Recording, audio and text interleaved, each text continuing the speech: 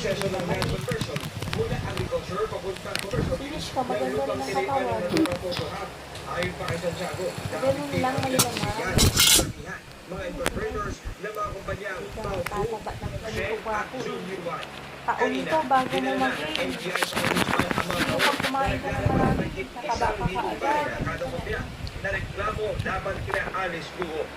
Sinusubukan maraming makuha ang panig ni Buho na nakatitini sa Pasig City Jail TV of Dormitory. Para sa GMA Integrated News, ako si John Consulta, ang inyong saksi.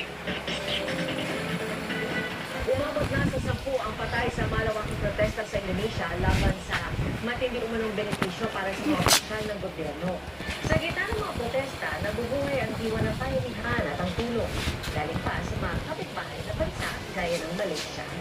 Ating saksihan.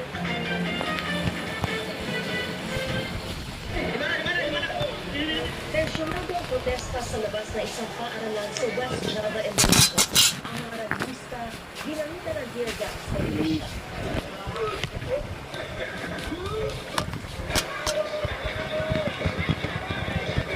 Isa lang yan sa kanilang kalagkitas protesta na unang sumiklab sa Jakarta noong August 25. Ang nagpo-protesta kontra sa anilang sobrang kasabi at benepisyo para sa mga opisyal ng parlamento.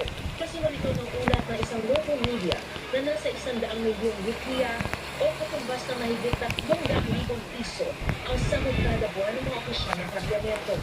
Habang nasa katumbas ng 10,000 piso lang ang average na buwan ng kita ng mga